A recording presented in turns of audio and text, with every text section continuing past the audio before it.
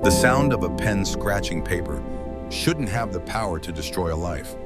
But in the mahogany-paneled Stop! library You of the can't Whitmore sign that! estate, It's too that late. sound, It's done. Please, let's crisp, discuss. deliberate, Discuss this ruins final, everything! was Enough! exactly what ended Cassandra Vale's world. She stood frozen behind the velvet curtain, her breath caught somewhere between her lungs This is and her unexpected. throat. What do you think? She'd It's arrived serious. early. We need to act A now. surprise, Agreed. she thought. Let me see that. Julian would be pleased. They'd attend the Metropolitan Gala together tonight, her official debut as his fiancée after 3 years of careful, quiet devotion. Instead, she watched her future dissolve in ink. Julian Whitmore sat across from Victoria Ashford and her father, Thomas Ashford, at the library's center table. Between them lay documents, contracts, and a single red pen that moved with the efficiency of a guillotine blade. "The merger is complete, Mr. Whitmore." Thomas Ashford's voice carried the satisfaction of a man who'd just won something valuable. $75 million to clear your family's debts. In exchange, you marry my daughter, someone with actual capital, actual bloodline. Cassandra's fingers gripped the curtain. 75 million, the Whitmore family's gambling debts, their failed investments, their crumbling real estate empire, all of it erased, for the price of one woman replacing another. She waited for Julian to refuse, to remember the 3 years they'd spent building something she'd believed was real, to fight for her. He didn't even hesitate. The pen moved, his signature appeared. Julian Alexander Whitmore, in that practice script she'd seen on 1,000 documents. Documents she'd written, treaties she'd negotiated, deals she'd salvaged from the edge of disaster. "What about Cassandra?" Julian asked, but his voice was flat, obligatory, the tone of a man checking off a necessary item on a list. Victoria laughed. The sound was sharp and cold, like glass breaking on marble. "Give her some severance pay. Women like her are resilient. She'll land on her feet." She paused, examined her manicured nails. She would never have fit into our world anyway. Not really. Women like her. The words hung in the air. Women without pedigree, without trust funds, without the right last names or the right connections. Women who did the work while others took the credit. Cassandra had spent 3 years being Julian's secret weapon. She'd authored 23 diplomatic treaties that bore his name. She'd negotiated 12 international trade agreements that made him look like a genius. She'd written every speech, every analysis, every strategic memo that transformed him from a mediocre trust fund heir into someone people took seriously. And he'd just sold her. Like property, like an asset to be liquidated. Her chest tightened. Not with tears, those would come later, in private, where no one could see. Right now, she felt something colder, clearer. The precise moment when love calcifies into understanding. She turned to leave, carefully, quietly, before they could see her, before she shattered completely and collided with a wall of muscle. Strong hands caught her shoulders, steadied her. She looked up into the face of a man she'd never seen at any society function, any gala, any of the carefully curated events that filled her calendar. He was tall, at least 6'2", broad-shouldered in a way that suggested physical discipline rather than gym vanity. His hair was dark, threaded through with silver at the temples, pulled back from a face that was all sharp angles and harder edges. He wore a navy dress uniform, not the formal dinner version, but something simpler, operational, the kind worn by men who'd seen real combat, not ceremonial parades. Medals glinted on his chest, a lot of them. Medal of Honor, Distinguished Service Cross, Purple Heart. This wasn't some weekend warrior playing dress-up. This was a man who'd bled for his country. His eyes were gray, stone gray, and they looked at her with the kind of assessment that saw everything, every emotion she was trying to hide, every crack in the armor she'd been building for 3 years. "Leaving so soon, Miss Vale?" His voice was low, controlled, dangerous in the way a sheathed blade is dangerous, all potential energy waiting for release. She blinked. "How do you know my name?" "I make it my business to know things." He glanced past her toward the library door, toward the conversation still happening on the other side, then back to her. A slight smile crossed his lips. Not warm, knowing. "I'm Marcus Blackwood, a disgraced spy master with nothing left to lose." Marcus Blackwood. The name struck a chord. 6 years ago, there'd been a scandal. A high-ranking CIA officer publicly dressed down by the president, stripped of his position for insubordination. The whispers had lasted months. The Iron Shadow, they'd called him. The man who ran operations nobody talked about. And now he stood in front of her, in the Whitmore estate, on the night her life was falling apart. "Why are you here?" she asked. "Same reason you were." He tilted his head slightly. "To witness something I already knew would happen." He paused. "Though I had hoped I was wrong about your Mr. Whitmore's character." "I wasn't." The words landed like a physical blow. He'd known. Somehow this stranger had known Julian would betray her. "I don't understand," Cassandra said. But even as the words left her mouth, her mind was already working, already analyzing. This man didn't appear at random, didn't know her name by accident, didn't watch her with that particular intensity unless— "I have a proposition for you, Miss Vale." Marcus reached into his jacket, pulled out a folded document. "But first, you should know something. I've been watching you for 2 years. Not in a creepy way," he added quickly, "in a professional capacity. I've read every treaty you ghost wrote for the Whitmore family, every negotiation you salvaged, every strategic analysis you pretended Julian authored." He handed her the document. She unfolded it with trembling fingers.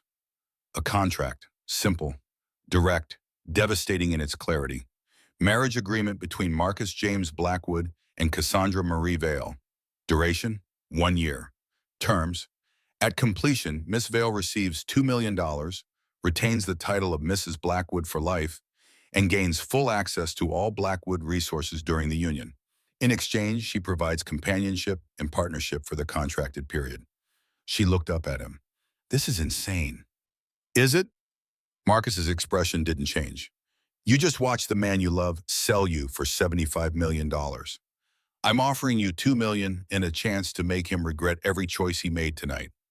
Which one is insane? You don't even know me." "I know enough." He gestured to the contract. "I know you're brilliant. Your work speaks for itself. I know you're brave. You've been fighting for recognition in rooms that didn't want to see you for 3 years. And I know you're exactly the kind of person who should have power in this world. Real power, not the borrowed, conditional kind Julian gave you. And what do you get out of this?" Marcus's jaw tightened slightly, the first crack in that controlled facade. "The President of the United States has decided I need a wife. If I don't marry by year's end, he'll revoke my security clearance and seize the Blackwood estate. He thinks isolation will make me reconsider my principles, my methods." Another slight smile. "He's wrong, but I still need to satisfy the requirement. And I need someone strong enough to survive what comes next." "What comes next?" "Scrutiny, testing. The elite will circle you like sharks, Miss Vale. They'll try to break you down, prove you don't belong. I need someone who won't break." Cassandra looked at the contract again. $2 million, enough to disappear, to start over, to build something that was entirely hers, with no one taking credit, no one pretending her genius was their birthright.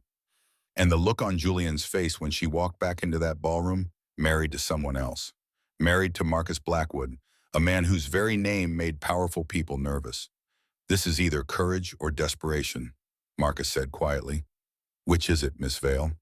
She met his eyes, those gray, assessing eyes that had seen things most people couldn't imagine. Wars, black operations, the machinery of power that ran beneath the surface of civilized society. "Both," she said, and she signed her name. The Metropolitan Gala was already underway when they arrived, separately, as Marcus had insisted. She needed to make an entrance. He needed to let the anticipation build. Cassandra had gone home first, changed into the emerald gown she'd commissioned 3 months ago for exactly this night. It was supposed to be her debut as Julian's official fiancée, the moment when he would finally, publicly claim her as his partner. Instead, she walked in alone, head high, heart a stone in her chest. The ballroom was everything Manhattan society did best.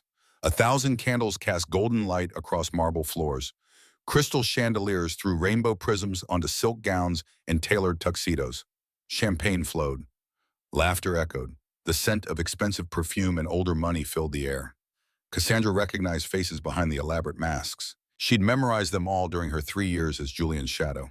Senator Morrison, Miss Vanderbilt, the Ashford family, of course, business titans, political power brokers, old money that had been old when the nation was young. She'd written half the speeches these people had applauded, drafted the treaties they'd signed, negotiated the deals they'd celebrated, and not one of them knew her name. She moved through the crowd like a ghost, accepted champagne from a passing server. The crystal flute felt delicate in her hand, fragile enough to shatter, like trust, like promises made in moonlight and broken in library shadows. "Ladies and gentlemen," the master of ceremonies' voice cut through the music and conversation. His staff struck the marble floor 3 times. May I present Mr. Julian Whitmore of the Whitmore Real Estate Empire and his betrothed, Miss Victoria Ashford of Ashford Holdings. The crowd parted. A pathway opened to the grand staircase. They descended together. Julian in his family colors, deep blue with silver trim. Victoria in gold, so encrusted with jewels she looked like she'd bathed in sunlight. Her tiara caught the candlelight, throwing stars across the floor. She was beautiful in the way expensive things are beautiful. Polished, perfect, cold. Julian looked exactly as he always had, handsome in that soft way. The face of a man who'd never fought for anything because he'd never had to. Everything had always been given, or bought, or stolen from someone who actually earned it. They reached the ballroom floor. The applause was thunderous. Cassandra stood near a marble column, half hidden in shadow, and watched the man she'd loved accept congratulations for a marriage that had erased her from existence. Ah, Julian, well done. Senator Morrison clapped him on the shoulder. The Ashford Alliance will do wonders for your family's standing. Indeed, Mrs. Vanderbilt's fan fluttered. And Miss Ashford is so accomplished. I hear she studied economics at the Royal Academy. Studied, with tutors, with family money, with every advantage wealth could buy. Cassandra had earned her education through scholarships and sleepless nights, working 3 jobs to pay for books the Whitmore family could have bought without checking their account balance. Julian has always had such excellent judgment, Victoria said, her voice carrying across the ballroom. She pressed closer to him. Possessive. He knows the value of proper breeding and connections. Proper breeding. The words landed like a slap. Of course, there was that unfortunate situation with his previous arrangement, Mrs. Vanderbilt whispered. Not quietly enough. But really, what was he thinking? A scholarship girl with no family name, no dowry? It was never going to work. I heard she was quite clever, though, Senator Morrison said. Managed his correspondence, helped with negotiations. Cleverness isn't breeding, Victoria interjected smoothly. Any secretary can file papers. It takes real substance to lead a house. Secretary, 3 years of strategic genius reduced to filing papers. Cassandra's fingers tightened on the champagne flute. The crystal pressed into her palm, nearly to the point of breaking. She should leave, walk out with whatever dignity she had left. But her feet wouldn't move. Some part of her needed to witness this. Needed to see exactly how thoroughly she'd been erased. The music shifted, a waltz beginning. Julian led Victoria to the center of the floor. They moved together with practiced ease. This was the kind of couple Manhattan understood, the kind that made sense in their world of bloodlines and bank accounts. Excuse me, miss. Cassandra turned. A server stood beside her, silver tray in hand. On it lay a single white rose and a folded note. From the gentleman by the East Terrace, the server said quietly, then disappeared into the crowd. Cassandra's hands trembled as she unfolded the note. The handwriting was strong, angular, deliberate. They're about to make the announcement official. If you want to stop this, I'm waiting. If you don't, I understand. Either way, you deserve better than being a footnote in someone else's story. MB. She looked toward the East Terrace. Through the glass doors, she could see a figure in shadow. Military uniform dark against the garden lights. Marcus Blackwood, the disgraced spy master who'd appeared in her life like something out of a fever dream. Attention, please. The master of ceremonies struck his staff against the marble floor 3 times. The music stopped. The dancing ceased. Every face turned toward the dais where Julian and Victoria now stood with both their families. It is my honor, Julian's father, Gregory Whitmore, announced, to formally declare the engagement between my son Julian and Miss Victoria Ashford. The union of the Whitmore and Ashford families will strengthen both our houses and bring prosperity to all our holdings. The crowd applauded, champagne glasses raised in toast. However, Gregory continued, and something in his tone made the room fall silent. There is the matter of my son's previous arrangement to address. Cassandra's heart stopped. Julian was briefly engaged to a Miss Cassandra Vale, a scholarship recipient who served as an assistant in our household. That engagement is hereby formally dissolved, effective immediately. The crowd murmured. Several heads turned, searching. Someone spotted Cassandra by her column. Miss Vale, Gregory's voice found her across the ballroom. Step forward, please. Every eye in the room fixed on her. 400 people, all watching, all judging. However, you lack the lineage, the connections, and frankly, the substance required to elevate our family name. My son's engagement to you was a youthful mistake, one we are correcting tonight. The words echoed through the silent ballroom. "Do you have anything to say?" Gregory asked. And there was challenge in his eyes. He wanted her to argue, to make a scene, to prove she was exactly as low class as they'd always believed. Cassandra looked at Julian. His face was carefully blank, mask-like. 3 years. 3 years of loving him, building him up, making him look competent to these people. And he couldn't even meet her eyes. She smiled. It felt like ice forming on her lips. "I have nothing to say to you," she said quietly. Then she turned to the crowd. "To any of you." She let the silence stretch, let them lean forward, let them wonder. "You think breeding and bloodlines make you better. You think golden titles give you worth. But I've seen your contracts. Read your correspondence, fixed your mistakes. Half of you can barely write a coherent letter without help from people like me." Gasps rippled through the crowd. "Miss Vale," Gregory warned, "I'm not finished." Cassandra's voice stayed level, calm, deadly. "You look down on scholarship students, on people who actually earn their positions. But we're the ones keeping your world running. We're the architects, the strategists, the real minds behind your genius deals." She turned back to Julian, finally looked at him directly. "And you specifically. You're the worst of them all. Because you knew my value, you used it. And then you sold me the moment someone offered you a better price." Julian's face flushed red. "You're being dramatic. This is business." "No," Cassandra said, "this is cowardice." She pulled off the emerald ring he'd given her. Not the engagement ring. She'd already left that in her apartment. This was the promise ring from their first anniversary, the one he'd given her in private when he'd whispered that someday, when the time was right, they'd make it official. Lies. All of it. She dropped the ring on the marble floor. It bounced once, twice. The sound clear in the silent ballroom. Then she walked away. The crowd parted faster this time. Nobles practically jumping out of her path. She heard the whispers starting, the scandalized murmurs. She didn't care. Her face stayed composed, her back straight, but inside, she was screaming. She pushed through the glass doors onto the east terrace. The night air hit her like cold water, sharp, clarifying. The garden stretched before her, all manicured hedges and fountain sculptures, beautiful and artificial. That was magnificent.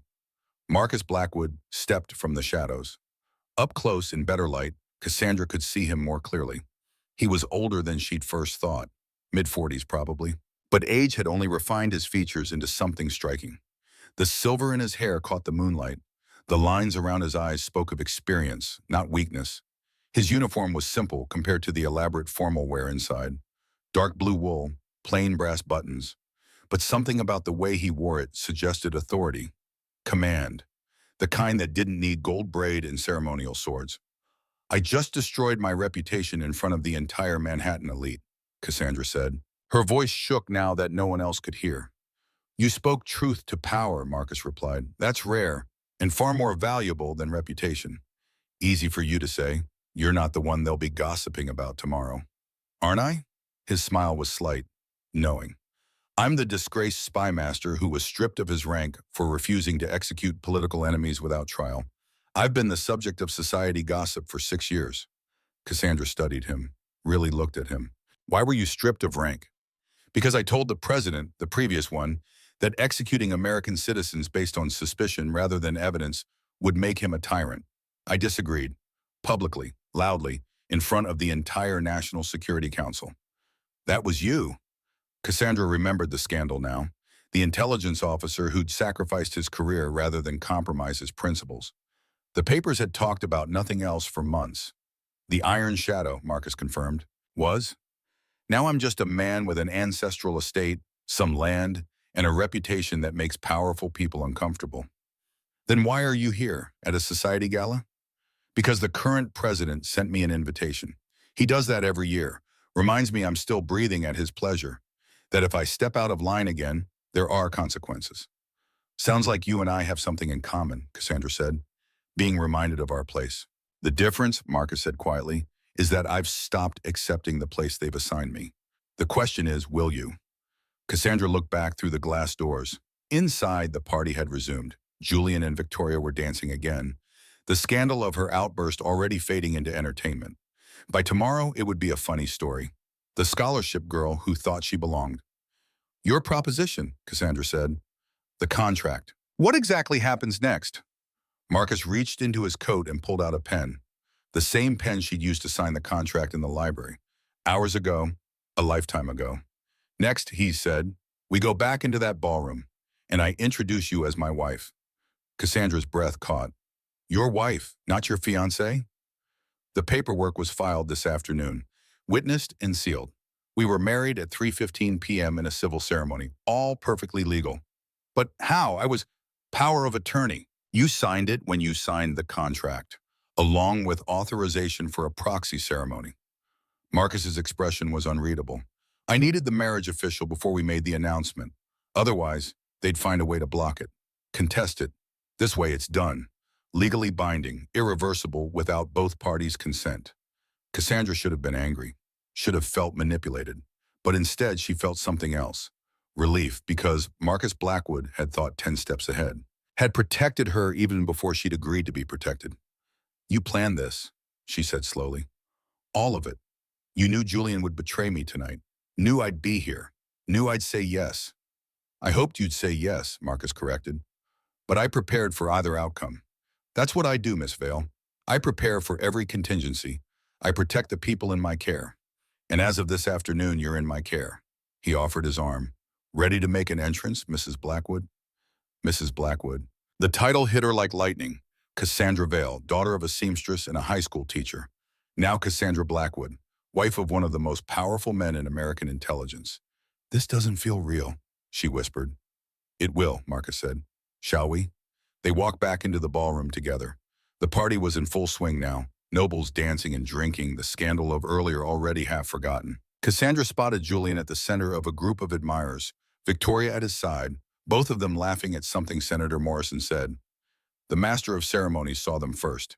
His eyes widened. He struck his staff against the floor once, twice, trying to get attention. The music continued. He struck harder. My lords and ladies, he called out. His Grace, Duke Marcus Blackwood. The music died instantly. Every head turned. Marcus walked forward with Cassandra on his arm, and the crowd parted before them like water. Cassandra felt their stares, heard the gasps of recognition. The disgraced spymaster was back, and he wasn't alone. They climbed the dais. Julian and Victoria stood frozen, champagne glasses halfway to their lips. Duke Blackwood, Gregory Whitmore said carefully, we weren't expecting you. I was invited, Marcus said mildly, by the president himself. He does enjoy reminding me of my place. Yes, well, Gregory's eyes flicked to Cassandra. I see you've brought a guest.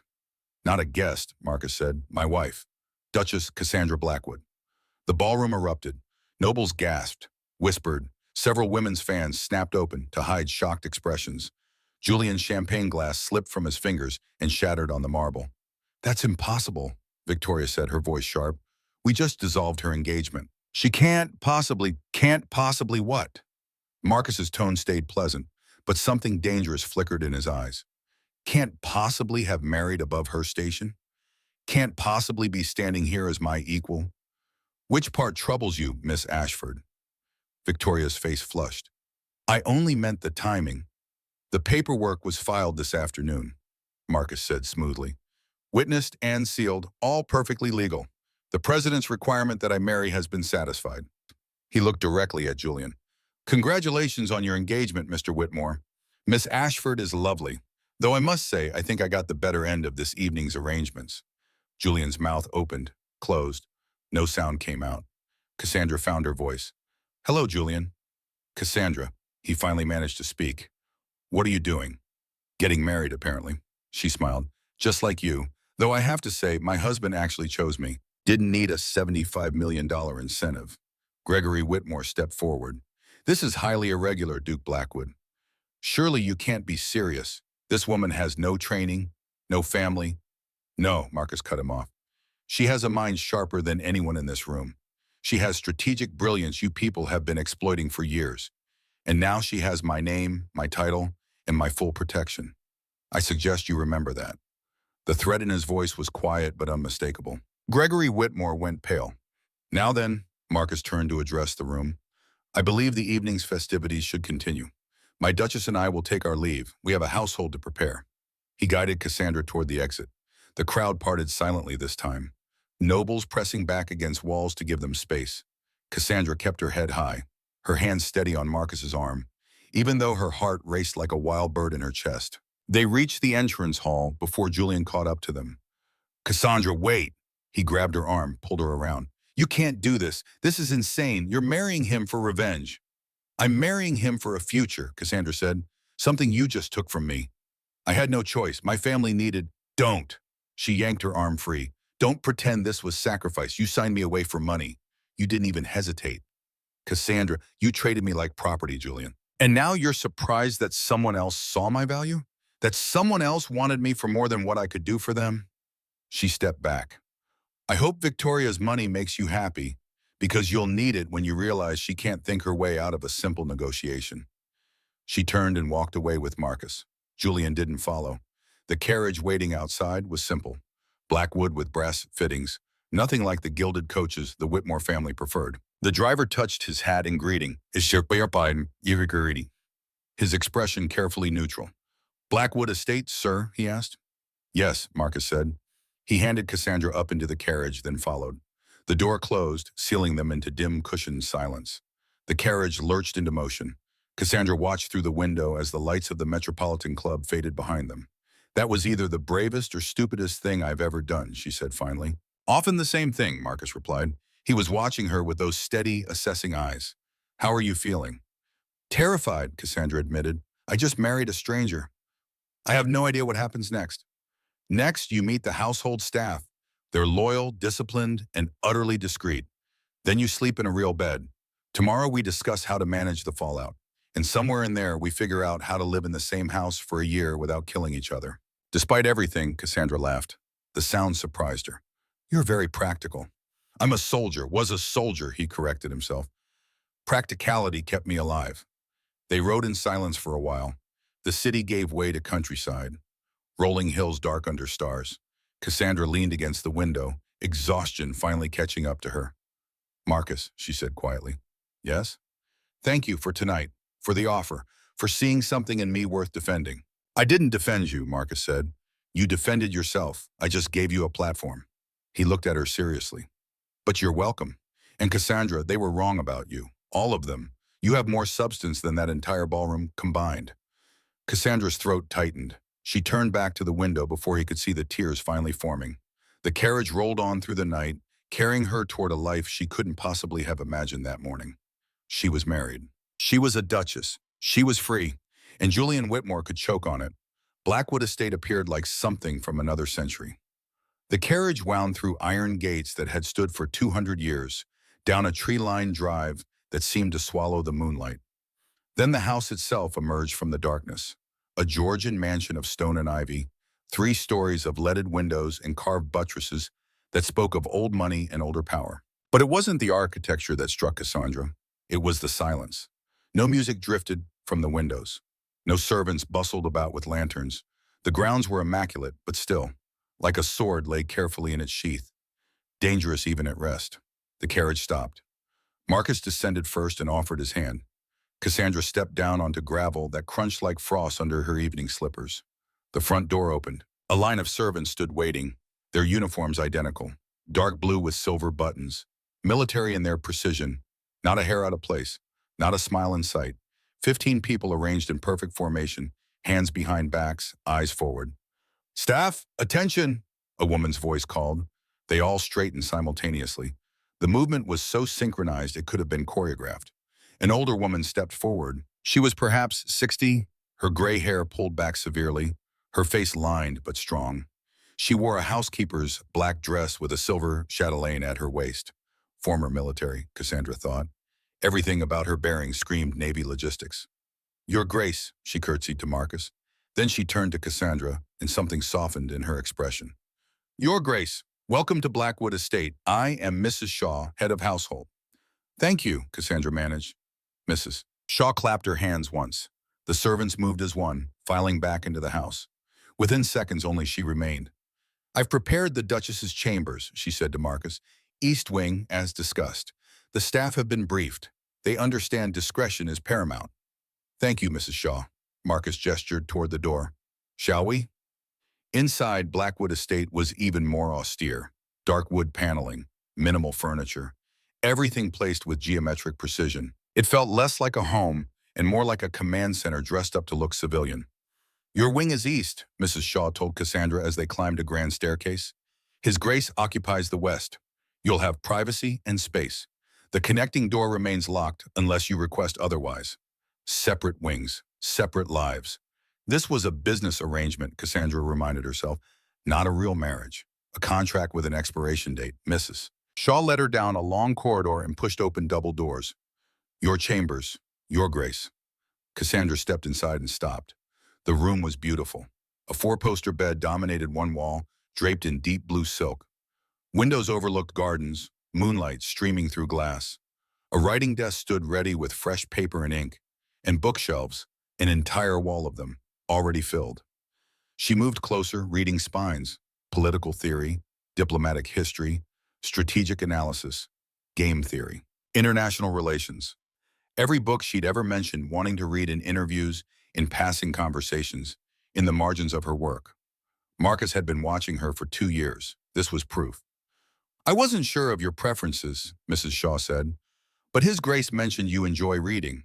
The library downstairs is, of course, fully available as well." "It's perfect," Cassandra whispered. "Your belongings will be retrieved tomorrow from wherever you were staying. For tonight, I've left night clothes and toiletries in the dressing room." Mrs. Shaw moved toward the door. "If you need anything, pull that cord. Someone will come immediately." "Mrs. Shaw," Cassandra turned, "why is everything so quiet here?" The housekeeper paused. "His Grace prefers order. After years of military service, chaos is difficult. The staff respects that. We move quietly, speak softly, maintain structure." She smiled slightly. "You'll get used to it." She left, closing the door with barely a sound. Cassandra sank onto the bed. The mattress was firm but comfortable. Nothing like the soft luxury of the Whitmore guest suite she'd occasionally been allowed to use. Everything about this place felt different. Disciplined, functional, honest. She lay back, still wearing her emerald gown, and stared at the ceiling. 24 hours ago, she'd been planning her future with Julian, imagining the announcement tonight, the congratulations. The beginning of something she'd thought was real. Now she was married to a stranger in a silent house, wearing a title she'd never dreamed of having. Tomorrow, Manhattan society would be talking. Tomorrow, Julian would be panicking. Tomorrow, she'd have to figure out how to be a duchess. But tonight, she was simply Cassandra Vale Blackwood, and that was enough. The first 2 weeks passed in a rhythm unlike anything Cassandra had known. Breakfast appeared at dawn in a small dining room, always perfectly prepared, always served by silent staff who moved like ghosts. Marcus sat across from her, reading newspapers, 4 of them, cover to cover, while drinking black coffee.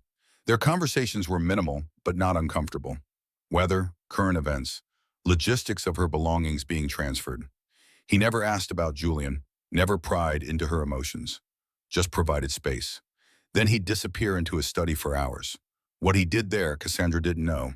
She didn't ask. She spent her days in the library, reading everything she could find about political power structures, intelligence operations, the machinery of government that operated beneath public view. If she was going to survive in Marcus's world, even for just a year, she needed to understand it. The staff moved around her like water around stone, present but never intrusive. Mrs. Shaw checked on her twice daily, always with the same question: "Is there anything you require, Your Grace?" Always the same answer: "No, thank you." It was lonely, but it was also peaceful. No one demanding her time, no one taking credit for her work, no one pretending she didn't exist while simultaneously exploiting her brilliance. For the first time in 3 years, Cassandra could breathe. But on the 14th night, exactly 2 weeks after arriving at Blackwood Estate, she couldn't sleep. 3 in the morning. The house silent except for the grandfather clock in the entrance hall, striking the hour. Cassandra had read the same page of her book 5 times without absorbing a word. She set it aside, pulled on a silk robe over her nightgown, stepped into the corridor. The east wing was dark. Moonlight filtered through tall windows, casting geometric shadows across polished floors. She moved toward the main staircase, thinking she'd go to the kitchen, find warm milk, something to quiet her restless mind. But she passed the connecting door to the west wing and stopped. The door stood slightly ajar, not wide open, just enough to suggest invitation. Or carelessness, though Marcus Blackwood didn't strike her as a careless man.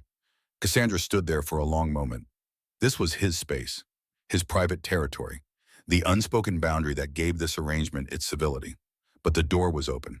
She pushed it carefully, wincing at the soft creak of hinges. Beyond lay a corridor identical to hers, but somehow colder, more austere. Most doors along the hallway were closed, but light spilled from beneath one at the far end. Not lamplight, something steadier, brighter, like concentrated sunlight at 3 in the morning. Cassandra moved forward, her bare feet silent on the boards. She reached the door and pushed it open. The room beyond stole her breath. It was massive, easily twice the size of her chambers. But it wasn't a bedroom. 3 walls were covered floor to ceiling with maps. Not decorative maps, working documents covered in notes, pins, colored thread connecting points across parchment. The 4th wall held filing cabinets, their drawers labeled with names. Family names, political organizations, corporate entities.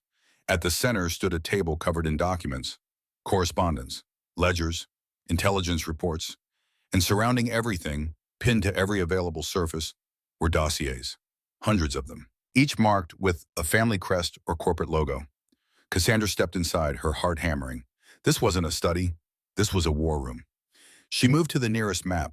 It showed the entire United States, major cities, political centers, military installations. Colored pins marked locations. Red for scandal, she realized, reading the notes in Marcus's precise handwriting. Blue for financial instability. Green for loyalty to the administration. Yellow for unknown allegiance. The Whitmore family was marked red and blue. Notes scrolled beside their pin. Debts to Ashford Holdings, $75 million. Negotiation tactics. Emotional manipulation. Manufactured urgency. Primary strategist. Cassandra Vale, now Blackwood. Without her, collapse within 18 months. Cassandra's breath caught. He'd known. Even before meeting her, Marcus had known exactly what she was worth to Julian's family. She moved to another map. This one showed international trade routes and defense contracts. Every corrupt official marked. Every illegal arms deal documented. Every bribe traced back to its source. Notes covered the margins in multiple hands. Marcus's, but others too. Reports from informants. You weren't supposed to see this yet. Cassandra spun. Marcus stood in the doorway, still dressed despite the late hour. Dark slacks, white shirt with sleeves rolled to his elbows. His expression was unreadable. I'm sorry, she said automatically. The door was open because I wanted you to find it eventually. He stepped inside, closing the door behind him. I just hadn't decided when to tell you. Tell me what? Cassandra gestured at the walls. That you're spying on everyone? That you have files on every power player in the country? Not spying. Marcus moved to the central table, his fingers trailing across documents. Documenting. There's a difference. Is there? Cassandra's voice rose slightly. You have detailed intelligence on hundreds of people. Every scandal, every secret, every piece of evidence needed to hold them accountable. Marcus interrupted quietly. Yes. He pulled out a chair, sat, gestured for her to do the same. Cassandra remained standing. Why? Because knowledge is the only real power in this country, Marcus said. Armies can be defeated, money can be lost, but information, properly used, is eternal. You're blackmailing them. I'm giving them choices. Marcus's eyes met hers. Look at this. He pulled a file from the table, flipped it open. Senator Charles Morrison's name emblazoned across the top. Senator Morrison has been embezzling from veterans' benefits for 12 years. $2.3 million. Enough evidence here to have him prosecuted, imprisoned, destroyed. Marcus tapped the file. But if we expose him now, his wife and 3 children suffer. All innocent. All unaware of his crimes, he set the file aside, pulled another. So instead, we use the information as leverage. He stops stealing. He makes quiet restitution. He votes the right way on Veterans Affairs bills. And his family stays intact. Justice is served without collateral damage. Cassandra slowly sat down. How long have you been doing this? 15 years. Marcus leaned back. I started during the Afghanistan campaign. Realized that half the corruption in our military procurement came from politicians taking bribes. I began documenting, building cases, and I discovered something interesting.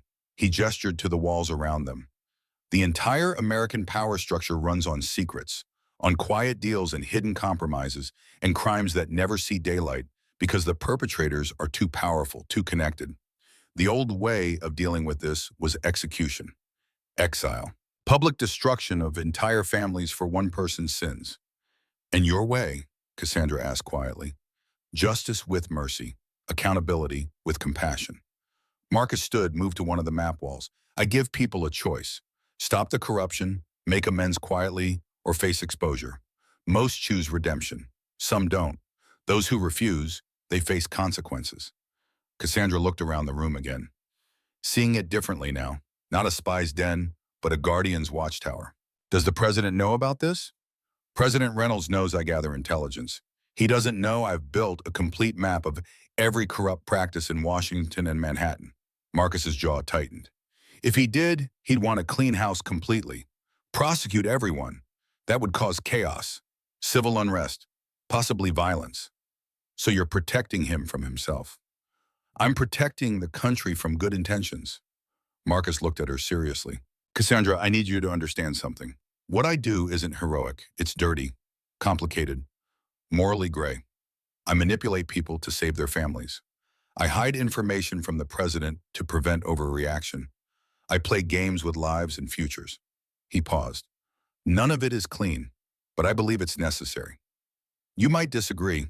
You might look at all this and decide I'm just another corrupt power player. If that's what you think, I'll understand. The annulment can be arranged quietly. You'll still get your settlement. Something vulnerable flickered in his eyes. Fear, maybe, that she'd reject not just the work, but him. Cassandra stood, walked to the nearest map, studied the pins, the threads, the years of careful documentation. One man trying to hold an entire nation together through sheer stubborn determination. It wasn't pretty, it wasn't noble in the storybook sense, but it was real work, important work. The kind that never got recognized because it happened in shadows. I'm not leaving, she said finally. Marcus's shoulders relaxed slightly. You're sure? I'm sure, Cassandra turned to face him. I spent 3 years watching Julian take credit for my work, watching corrupt officials manipulate people, watching society reward deception and punish honesty. If you're trying to change that, even through complicated means, then yes, I want to help. I need you to be more than help, Marcus said quietly. I need you to be my partner in this, my equal. Any decisions about how to use information, who to leverage, when to act, we discuss them together. No secret maneuvering, no treating you like a subordinate. Partners, Cassandra repeated. Partners. Marcus extended his hand. She took it. His grip was firm, calloused from years of military service. Steady, real. Welcome to the war room, Duchess Blackwood, he said, and something settled into place. This wasn't the marriage she'd imagined with Julian, soft and romantic and simple. This was something harder, sharper, more real. A partnership built on honesty and shared purpose. It felt right. The following 3 weeks transformed Cassandra's understanding of power. Marcus taught her the filing system. Each drawer organized by threat level, geographic region, political affiliation. Color-coded tabs indicated urgency.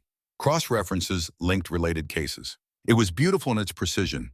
He introduced her to the informant network, 47 people across government, corporate America, and media, each with a code name, each with a specific area of expertise. She met 3 via encrypted video conference. Prometheus, a Department of Justice lawyer who'd grown disgusted with selective prosecution of the poor while the wealthy walked free. Cardinal, a Wall Street analyst who'd discovered that half the market predictions by major firms were actually insider trading disguised as expertise. Nightingale, a White House staffer who fed Marcus information about which politicians were genuinely trying to serve versus which were serving themselves. They were idealists, all of them. People who'd seen the system fail and chosen to fight back from within. You're building something, Cassandra said one night, studying the network diagram Marcus had drawn. Not just collecting information, you're building a movement. A quiet one, Marcus agreed. Revolution by 1,000 paper cuts. Each corrupt official removed. Each dirty deal exposed. Each small victory for accountability. It's brilliant, she looked at him. And terrifying. If anyone discovered what you're really doing, they'd call it treason, Marcus finished, or vigilantism. Depends on who's talking. He set down his coffee. That's why I need a partner. Someone who can see the whole board, who can help me make the hard choices about when to act and when to wait. Why me? Cassandra asked. You could have recruited anyone, someone with intelligence experience, political connections. Because everyone with those credentials wants power for themselves, Marcus said simply. You wanted recognition for your work. That's different. That's honest. He met her eyes. And because I'm tired of fighting alone. The vulnerability in that admission struck her. This man who'd spent 30 years in isolation, separated from his family, working in shadows to protect a country that had publicly humiliated him, he was tired. Then you won't fight alone anymore, Cassandra said. In the 4th week since her arrival at Blackwood Estate, the first test came. An invitation arrived, delivered by courier. Heavy cream cardstock with elegant script. Mrs. Eleanor Vanderbilt requests the pleasure of your company at her autumn salon. Saturday, 8 o'clock, Park Avenue. Dress, formal. Society's first move, Marcus said, reading over her shoulder. Eleanor Vanderbilt hosts the most influential salon in Manhattan. Politicians, business titans, old money families. If she's invited you, it means they want to take your measure. Will they be hostile? Some, others will be curious. A few might even be impressed by what you did at the gala. Marcus set the invitation down. The question is whether you're ready to face them. Cassandra thought about it. 3 weeks ago, she'd been terrified of Manhattan society. Now she'd seen the war room, understood that these powerful people were just humans with secrets and weaknesses like everyone else. I'm ready, she said. Saturday evening, Cassandra dressed carefully. Not the emerald gown from the Metropolitan Gala, that was tainted now. Instead, she chose midnight blue silk that Marcus's staff had somehow procured. Simple, elegant, with a sapphire necklace that had belonged to Marcus's grandmother. You look like a duchess, Marcus said when she descended the stairs. I am a duchess, Cassandra replied. The words still felt strange in her mouth, but stronger each time she said them. The Vanderbilt penthouse occupied the top 3 floors of a Park Avenue building. Gilded elevators, marble lobbies, the scent of old money in every corner. 60 guests filled the main salon. Cassandra recognized faces from the gala. Senator Morrison, Mrs. Whitmore. The Ashford family, though notably Victoria and Julian, were absent. The conversations died when she entered. Eleanor Vanderbilt approached. She was 70-something, with white hair and sharp eyes that missed nothing. Duchess Blackwood, how delightful to finally meet you properly. Mrs. Vanderbilt, thank you for the invitation. Oh, I had to invite you, dear. You're the most interesting thing to happen to Manhattan society in a decade. Eleanor's smile was genuine. Come, let me introduce you around, though I suspect many people are eager to meet you themselves. She was right. Cassandra spent the next hour being circulated like a fascinating specimen. Some guests were cold, others openly curious. A few seemed genuinely interested in actual conversation. Then Senator Morrison approached. Duchess Blackwood, I wanted to apologize for my comments at the gala. I may have been hasty in my judgment. Cassandra remembered his file, the embezzlement, the choice Marcus had given him. This was his first payment, public acknowledgement of her worth. Apology accepted, Senator. I understand you have expertise in economic policy, he continued. There's a debate about the new Federal Reserve strategy. Perhaps you'd share your thoughts.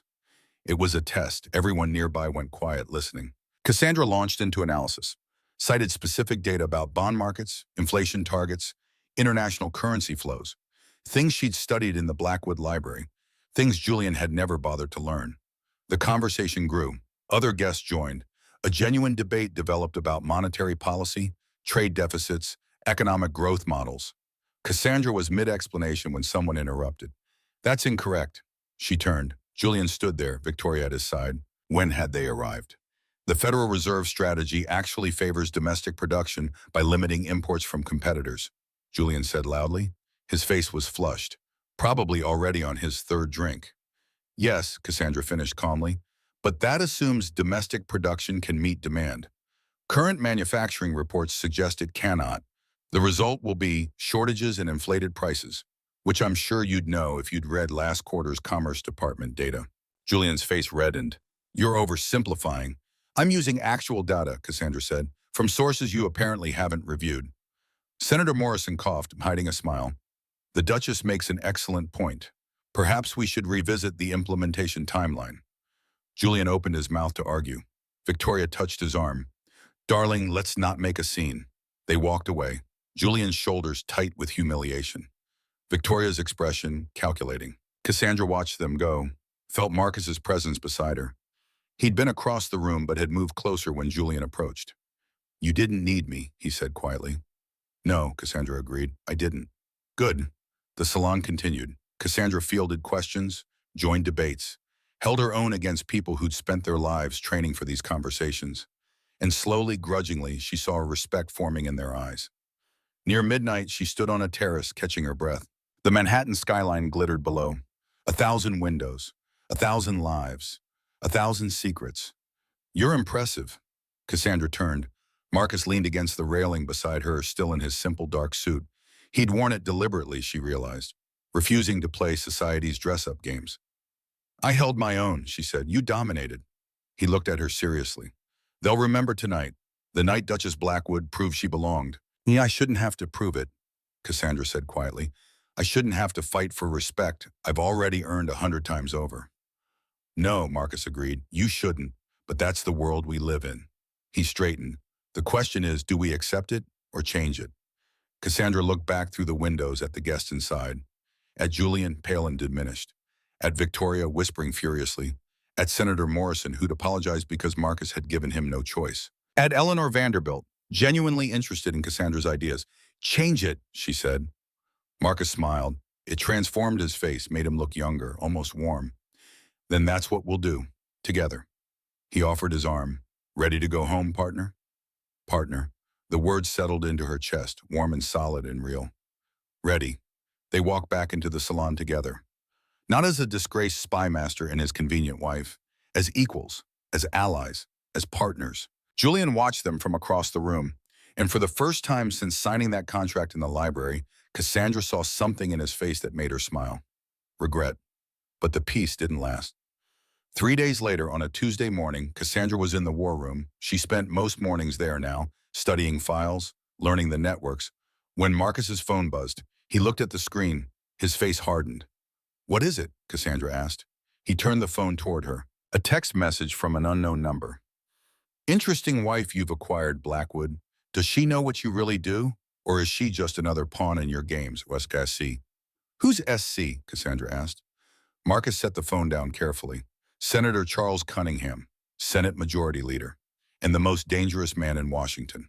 He pulled a file from one of the cabinets, thick, heavily annotated, marked with red tabs indicating high threat level. 7 years ago, I discovered Cunningham was selling classified information to foreign defense contractors. Not state secrets exactly, but enough to give our competitors advantage in weapons development. He made $20 million over 5 years. Marcus opened the file. Inside were bank records, encrypted communications, testimony from witnesses. I reported him to the president, the previous administration. They investigated quietly, found everything I'd documented. But Cunningham was too powerful, too connected. Instead of prosecuting him, they made a deal. He'd stop selling information. He'd cooperate on certain initiatives. And in exchange, no charges. And you? Cassandra asked. I refused to accept the deal. Told the president that letting a traitor walk free made us as corrupt as our enemies. Marcus's expression was grim. So the president gave me a choice. Accept the decision quietly or be publicly fired for insubordination. Made to look like I'd overstepped, gone rogue, couldn't be trusted. You chose to be fired. I chose to maintain my principles and to make Cunningham think I was neutralized, powerless, no longer a threat. Marcus closed the file. But he's smart, and he's been watching. If he suspects I'm still operational, still gathering intelligence, he'll come after you. He'll come after both of us. Marcus met her eyes. Cassandra, this could get dangerous, really dangerous. If you want out of this arrangement, now is the time. I can have the papers drawn up quietly. Full settlement, clean break. You walk away safe. Cassandra thought about it, really considered it. 4 weeks ago, maybe she would have taken the offer. But now, after seeing the war room, understanding the work, becoming Marcus's partner, I'm not leaving, she said. This isn't like the salon, Marcus warned. Cunningham doesn't play society games. He destroys people, completely. Then we'll have to be smarter than him. Cassandra stood. You said you needed a partner. Partners don't abandon each other at the first sign of real danger. Something shifted in Marcus's expression. Relief, gratitude, something deeper. Partners, he said quietly. Partners. But even as she said it, Cassandra felt the first cold touch of real fear. She'd thought Manhattan society was the battlefield. She'd been wrong. The real war was just beginning. The letter arrived on a Wednesday morning, 1 week after Cunningham's threatening text. Cassandra was in the war room, cross-referencing defense contractor payments with Senate voting records, when Mrs. Shaw knocked softly. "Your Grace, this just came by Federal Courier." She held out an official envelope. Department of Homeland Security seal, Immigration and Customs Enforcement Division. Cassandra's hands trembled as she opened it. Notice of investigation, Cassandra Marie Vale Blackwood. Subject, derivative citizenship claim. Your mother, Maria Elena Vale, entered the United States in 1995 under circumstances currently under review. As her citizenship status may be subject to revocation, your own citizenship, derived from hers, is hereby under investigation. You are required to appear for interview within 30 days. Failure to comply may result in detention and removal proceedings. The paper slipped from her fingers. Her mother had died 5 years ago. Breast cancer. She'd been a seamstress, worked 3 jobs to put Cassandra through school, and had been a naturalized citizen for 28 years. There was nothing to investigate, unless someone wanted there to be. Cassandra? Marcus appeared in the doorway. One look at her face and he was moving, picking up the letter, reading it with those quick, analytical eyes. Son of a bitch. My mother was legal, Cassandra said. Her voice sounded distant, disconnected. She went through the whole process. I have her naturalization papers, her certificates, everything. I know. Marcus set the letter down, pulled out his phone. This is Cunningham. He's testing us, threatening you to see if I'll back down. Can he actually? Cassandra couldn't finish the sentence. The thought was too terrible. Deportation to Mexico, a country she'd never lived in, where she had no family, no connections, no life. Not legally, no. Your mother's case is clean. I already checked. Marcus was typing rapidly. But he can make the investigation hell. Drag it out. Make you live under that threat for months, maybe years. Force you to spend hundreds of thousands on lawyers. Destroy your peace of mind. He looked up. Unless we make him stop. How? By moving faster than he expects. By going on offense instead of defense. Marcus's jaw tightened. I need to call President Reynolds, now. The Oval Office meeting happened that night. Marcus drove them to Washington himself. No staff, no security detail. Just the 2 of them in his Range Rover, racing down E95 while the sun set over Virginia countryside. Cassandra had never been to the White House. Never imagined she'd be walking through the West Wing at 11 p.m., past Marine guards who nodded to Marcus like he belonged there. President James Reynolds sat behind the resolute desk, looking younger than his 52 years. Brown hair just starting to gray, tired eyes that suggested he hadn't slept properly in months. Marcus, he stood, came around the desk, and this must be Duchess Blackwood. I've heard remarkable things about you. Mr. President, Cassandra shook his hand. His grip was firm, genuine. Sit, please, both of you. Reynolds gestured to chairs. Marcus says we have a Cunningham problem. He's threatening my wife's citizenship, Marcus said flatly, using ICE to harass her. It's retaliation for my continued intelligence work. Reynolds sighed, rubbed his face. I warned you this could happen. Cunningham's been suspicious ever since you retired. If he's moved to direct action, then we need to move faster, Marcus interrupted. Sir, with respect, we've been planning Operation Sunlight for 2 years. Gathering evidence, building cases.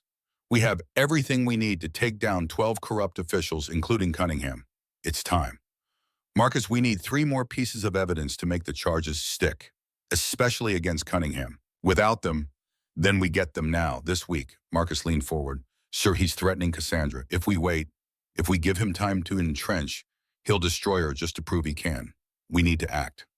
Reynolds looked at Cassandra. Duchess, do you understand what your husband is proposing? Operation Sunlight is a coordinated takedown of some of the most powerful people in America. If it fails, if the evidence isn't airtight, it doesn't just damage them. It damages this presidency. It damages the entire concept of accountability.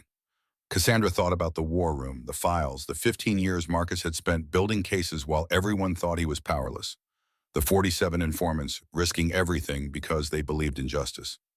Mr. President, she said quietly, for 3 years I watched corrupt people thrive while good people struggled.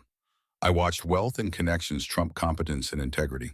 I watched a system that's supposed to serve everyone serve only a few. She met his eyes.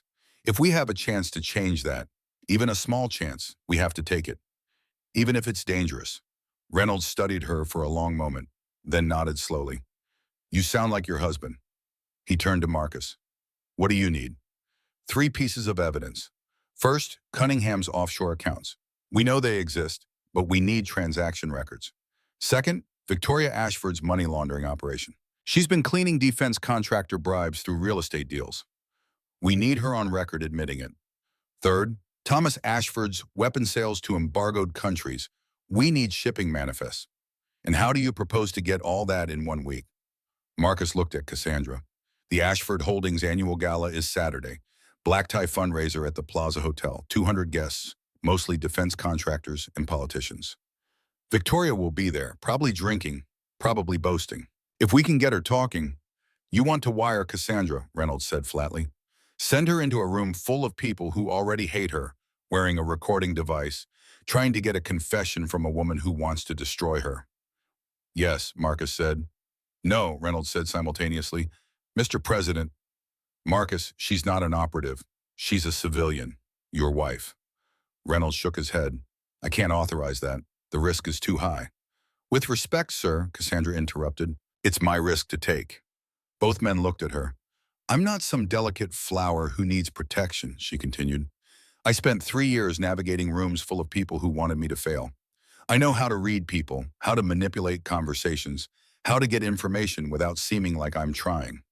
Marcus can teach me the technical aspects, but the social engineering, that's my expertise. Cassandra, Marcus started. You said you needed a partner, she cut him off. An equal. This is what that means. We take risks together. Marcus's expression warred between pride and fear. The fear won. If anything happens to you, nothing will happen because you'll be there watching, ready to intervene if needed. Cassandra turned to Reynolds. Mr. President, you want to clean up corruption. So do I. Let me help. Reynolds looked between them. Cassandra could see him weighing options, political calculations, risk versus reward. One condition, he said finally. Marcus, you don't let her out of your sight. First sign of danger, you pull her out. I don't care if we lose the evidence. Her safety is paramount. Agreed, Marcus said immediately. Then you have authorization. 1 week to get the evidence. Then we move on Operation Sunlight. Reynolds stood, extended his hand to Cassandra. Good luck, Duchess, and thank you for your service. Service. The word resonated. For the first time in her life, Cassandra was serving something larger than herself. Larger than personal ambition or revenge.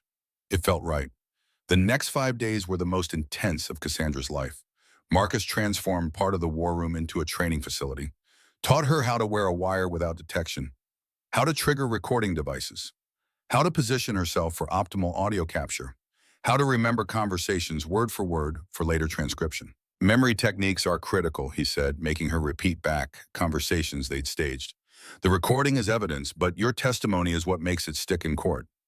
You need to be able to recite exactly what was said, in what order, with what context. They practiced for hours. Marcus playing Victoria, playing Thomas Ashford, playing various scenarios. Cassandra learning to guide conversations without seeming to guide them. To ask questions that sounded like gossip but extracted information. You're good at this, Marcus said after one particularly successful practice session. Natural interviewer. You make people want to tell you things. 3 years of making Julian look smart taught me how to ask questions that make other people feel brilliant, Cassandra replied. Same skill set, different application. But they also practice self-defense. I don't expect you'll need it, Marcus said, leading her to a cleared space in the estate's old ballroom. But if something goes wrong, if you're cornered, you need to be able to protect yourself long enough for me to reach you. He taught her Krav Maga basics, how to break holds, where to strike to disable an attacker, how to use everyday objects as weapons. Cassandra learned that a champagne bottle made an excellent club. That high heels could be lethal if applied to the right pressure points. They sparred, Marcus holding back, obviously, but not so much that she didn't learn. She got in one good hit, an elbow to his solar plexus that made him grunt and step back. Better, he said, approval in his eyes. Again. She moved in. He blocked, redirected, pinned her against the wall. Suddenly, they were very close. His body pressed against hers, both of them breathing hard from exertion. Their eyes met. Something electric passed between them.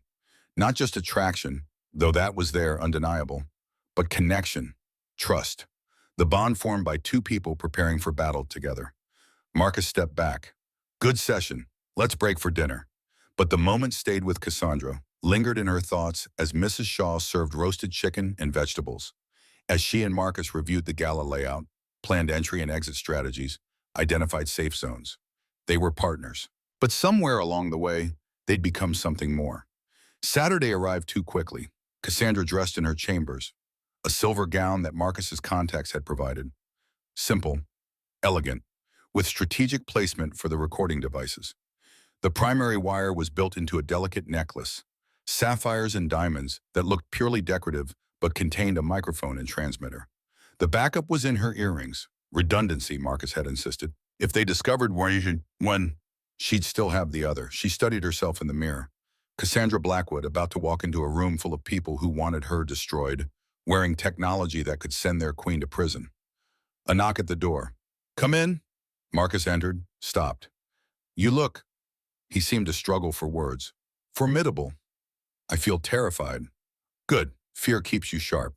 He moved closer, checked the necklace placement with professional efficiency. Audio check. Say something. Testing 1, 2, 3. He pulled out a small device, checked the readout. Crystal clear. Backup? The situation in Ukraine remains complex, Cassandra said, testing the earrings. Also clear. Marcus pocketed the device, met her eyes. Cassandra, if at any point you feel unsafe, you abort. Say the word fascinating.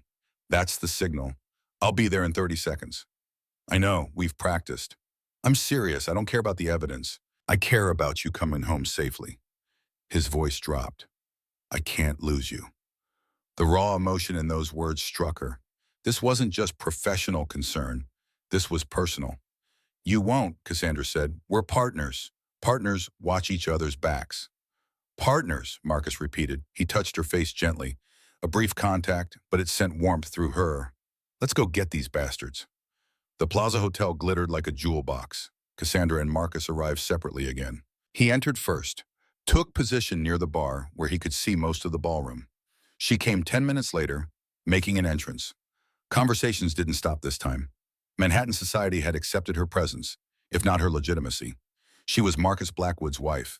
That commanded respect, even from those who thought she didn't deserve the title. Victoria Ashford stood near the center of the room, surrounded by admirers. She wore gold again. Clearly her signature color. Her father Thomas was across the ballroom, deep in conversation with defense contractors. Cassandra accepted champagne from a server, moved through the crowd, making small talk, letting Victoria see her, letting the wine flow. It took 40 minutes, but eventually Victoria approached. Cassandra, surprising to see you here. I thought this might be a bit above your usual circles. I'm a Blackwood now, Cassandra said mildly. I belong anywhere I choose. Victoria's smile was sharp. Of course, though one does wonder how long that will last. Contract marriages rarely do. Who said it was a contract? Please, everyone knows Marcus needed a wife for political reasons, and you needed... Victoria's eyes traveled over her. Validation, I suppose. A title to make up for your lack of breeding. Cassandra smiled, sip on her champagne. Let the insult bounce off. I have to admit, Victoria, you played the game well. 75 million for Julian. That was brilliant business. Victoria's expression shifted slightly. Surprise at the compliment. Pride. Julian was always going to be for sale. The question was finding the right buyer. And you got more than just Julian, didn't you? What do you mean? But Victoria's eyes were calculating now, interested. Cassandra leaned in conspiratorially, dropped her voice. The Whitmore real estate portfolio, that wasn't just about marriage, that was about access.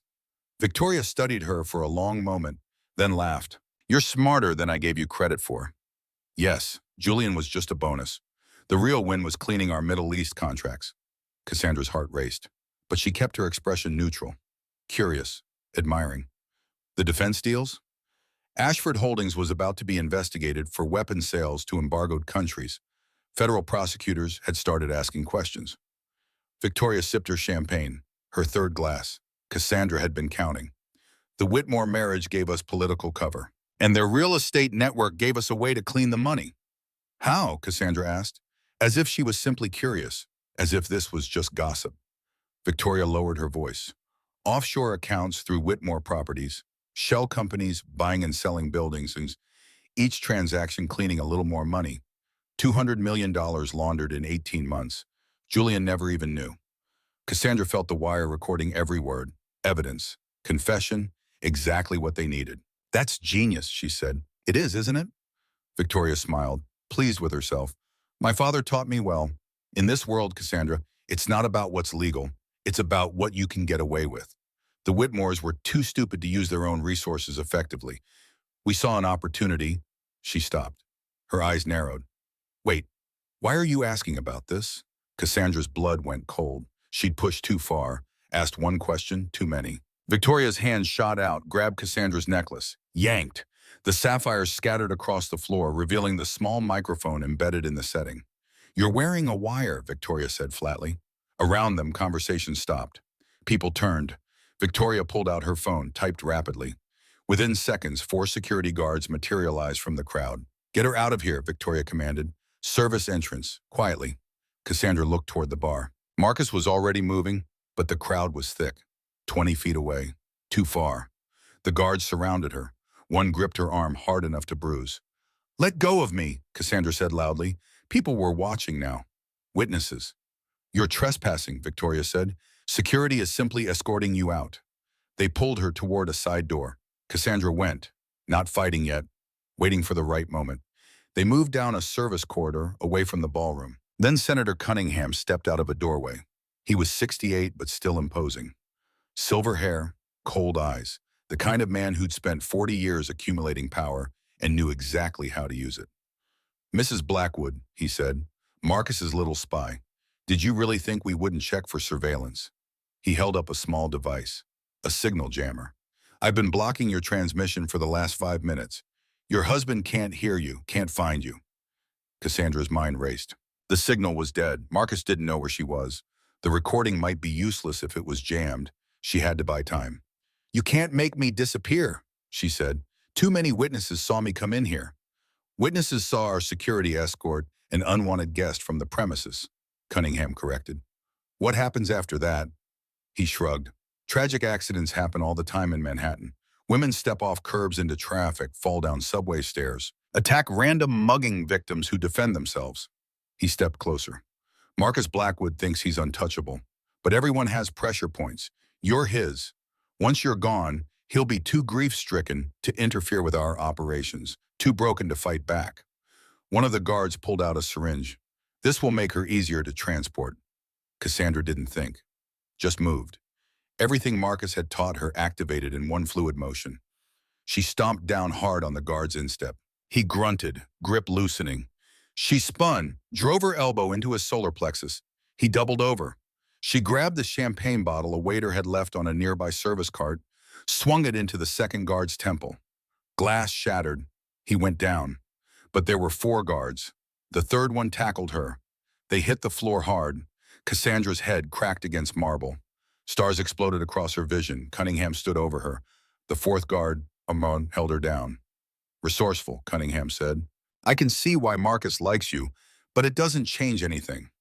He pulled a gun from his jacket, not a large weapon, something compact, easily concealed. End of the line, Mrs. Blackwood. The gun rose. Cassandra stared at it. Time seemed to slow. She thought about Marcus, about the life they could have had, about all the corrupt officials who would never face justice now. Then the door exploded inward. Marcus came through like a force of nature. He moved faster than Cassandra had ever seen anyone move. Disarmed Cunningham with one strike. Broke the guard's grip on Cassandra with another. The gun skittered across the floor. Behind him, FBI agents in tactical gear. Radios, weapons drawn.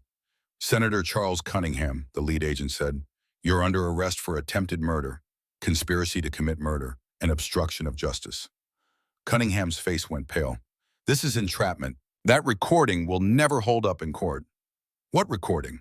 Marcus helped Cassandra to her feet, checked her head where she'd hit the floor. The necklace was a decoy. The real wire is in her earrings, and they've been transmitting perfectly for the last hour. He pulled out his phone, pressed play. Victoria's voice filled the corridor. $200 million laundered in 18 months. Julian never even knew. Then Cunningham's. What happens after that? Tragic accidents happen all the time. Every word, every confession, all recorded. You son of a bitch. Cunningham whispered. I protect my partners, Marcus said quietly. Always. FBI agents moved in, handcuffed Cunningham, collected the gun as evidence, read him his rights. More agents were moving through the ballroom. Cassandra saw Thomas Ashford being led out in handcuffs, Victoria screaming about her lawyers, other arrests happening simultaneously. Operation Sunlight in motion. Finally, Marcus wrapped an arm around Cassandra. She was shaking now, adrenaline crash hitting hard. You're okay, he murmured. You're safe. I've got you. I thought when he pulled the gun. I know. Marcus held her tighter. But you're here, you're alive. That's all that matters. The evidence is perfect. Victoria's confession, Cunningham's threats, all recorded, all admissible. You did it, Cassandra. You got everything we needed. She started crying then. Relief and terror and triumph all mixed together.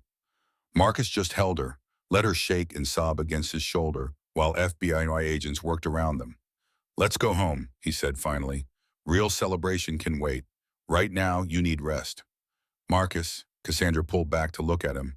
When he pulled that gun, I realized something. What?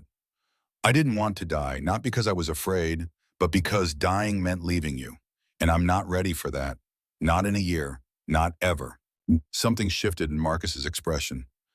Cassandra, I love you, she said, simply, honestly. I know this started as a contract, as revenge, as survival, but somewhere along the way it became real. You became real. This partnership became... He kissed her, not gentle, not careful, desperate and fierce and real. His hands in her hair, her arms around his neck, both of them holding on like they'd never let go. When they finally pulled apart, both breathing hard, Marcus rested his forehead against hers. I've loved you since I first read your work 2 years ago, he said. Brilliant mind behind those treaties. I watched you for months before I ever approached you. Told myself it was professional interest. But it wasn't. It was you. It's always been you. Why didn't you tell me? Because you deserved better than a disgraced spy master with a target on his back. Because I thought you'd signed the contract for practical reasons, and I didn't want to complicate it with emotions you might not share. He cupped her face gently. But I was wrong about a lot of things, and I'm sorry I didn't tell you sooner. Cassandra smiled through tears. You impossible, secretive, infuriating man. I know. I love you anyway. I know that too. He kissed her again, softer this time, a promise rather than desperation. Around them, FBI agents tactfully looked away. But Cassandra didn't care. Let them see. Let the whole world see.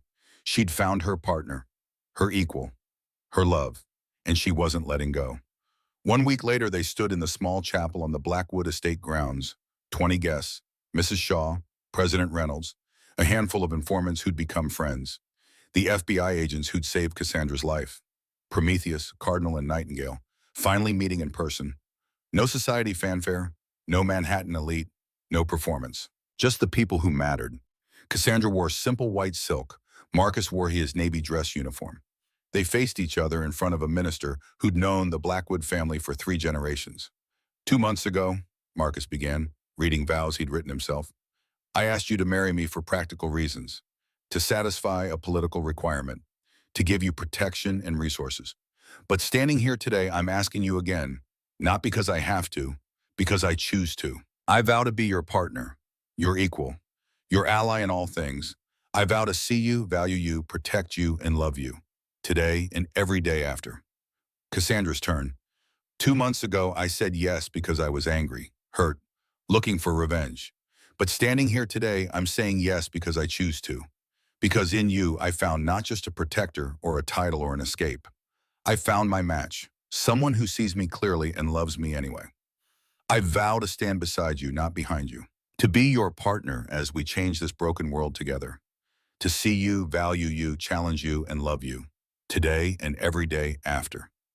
They exchanged new rings, not the contract bands from the civil ceremony.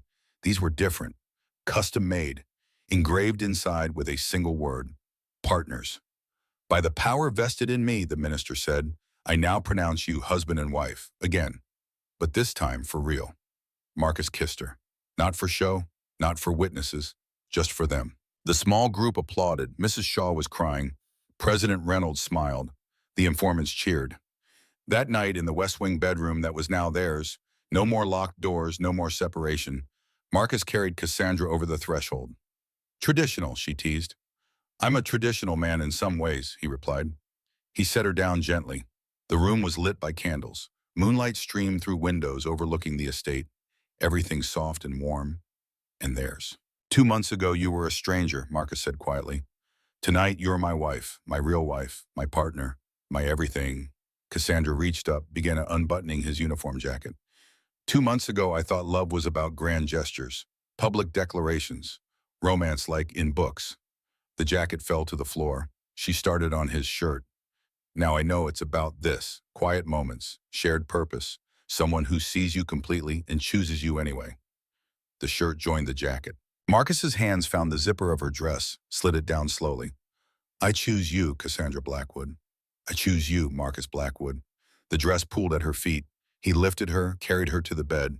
They moved together with the ease of partners who'd learned to trust completely. Every touch a promise, every kiss a vow. Outside, the estate grounds spread beneath stars. Safe, protected, home. Inside, two people who'd started as strangers became something more. Not just husband and wife, not just partners in justice, but partners in everything. Forever. The moonlight caught their silhouettes through gauzy curtains. Two bodies moving as one. Two hearts beating in synchronization. Two souls that had found each other in darkness and chosen to build something bright. And in the morning, when sunlight filtered through those same windows, they woke tangled together. Marcus's arms around Cassandra, her head on his chest. Both of them exactly where they belonged. Good morning, wife, Marcus murmured into her hair. Good morning, husband, Cassandra replied. What happens now? She smiled. Now we change the world. Together? Sounds perfect. And it was. 2 weeks after the Ashford Gala arrests, Cassandra stood in the war room watching news coverage of the ongoing investigations. Senator Cunningham's arraignment had dominated headlines for days. Then Victoria Ashford's money laundering charges. Then the revelation that 12 other officials were under investigation as part of Operation Sunlight. The media called it the largest corruption sweep in modern American history. Cassandra called it justice. Finally. But one piece remained incomplete. We need Julian's testimony, Marcus said, reviewing case files at the central table. Victoria's lawyers are claiming she acted alone, that the Whitmore family had no knowledge of the money laundering scheme. Without Julian confirming, he provided the real estate infrastructure. The case against her weakens, Cassandra finished. She looked at the Whitmore file, still marked red and blue on the map. I'll talk to him. Marcus's eyes met hers. Are you sure? No, Cassandra admitted, but it needs to be done, and it should be me. The Whitmore estate looked smaller than Cassandra remembered. Or maybe she'd simply grown larger. No longer the invisible girl who'd haunted these halls. Now Duchess Blackwood, co-architect of the operation bringing down Manhattan's corrupt elite. A servant she didn't recognize answered the door, led her to the same library where, 10 weeks ago, her life had ended and begun again.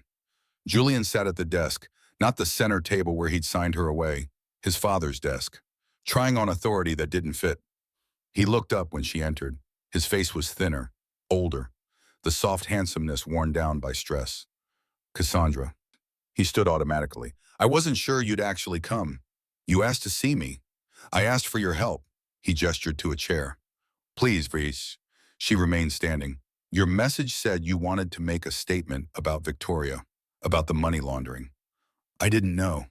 The words tumbled out, desperate. You have to believe me. I had no idea what the Ashfords were doing.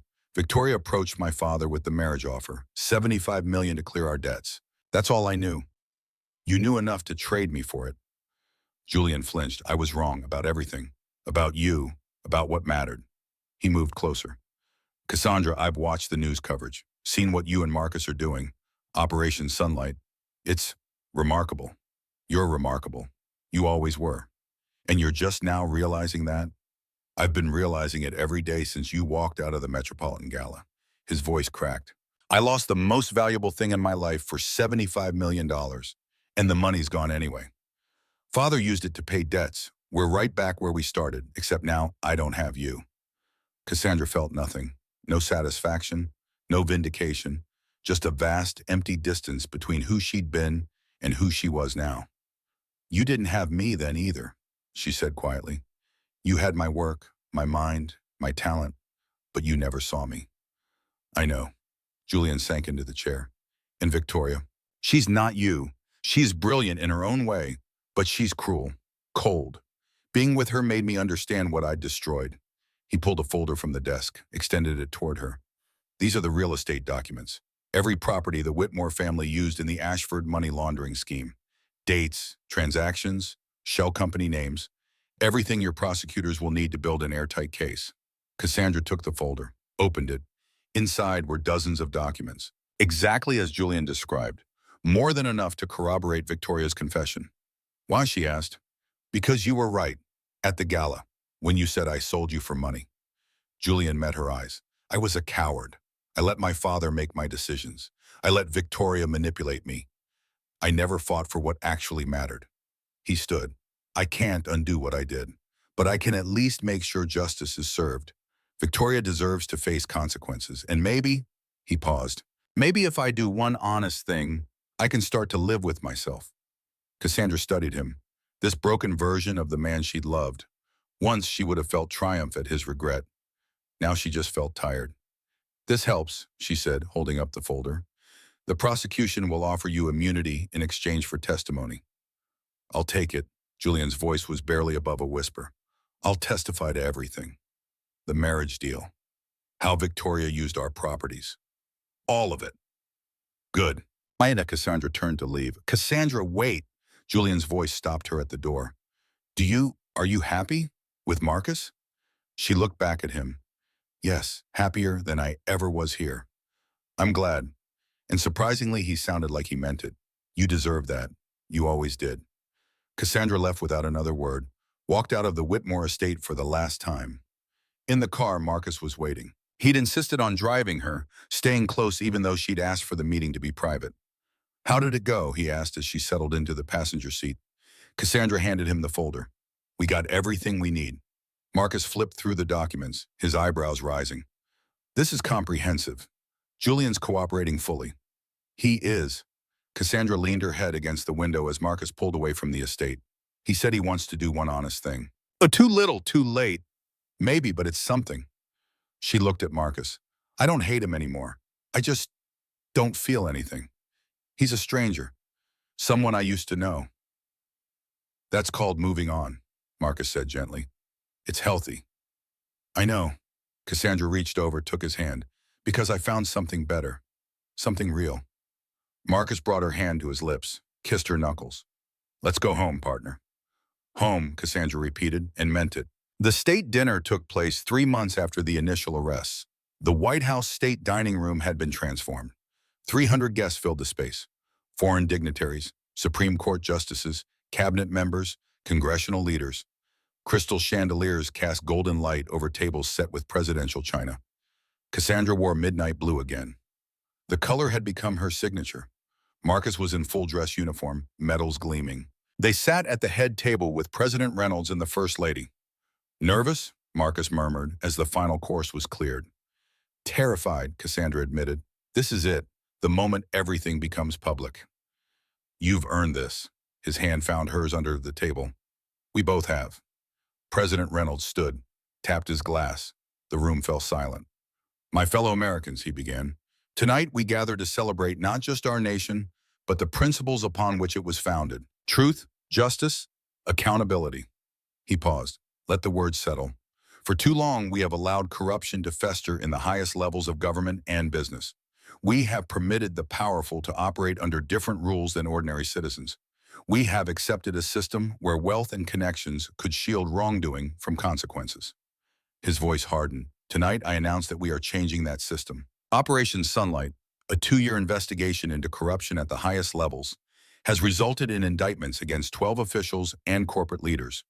These indictments include charges of money laundering, illegal weapons sales, bribery, fraud, and obstruction of justice.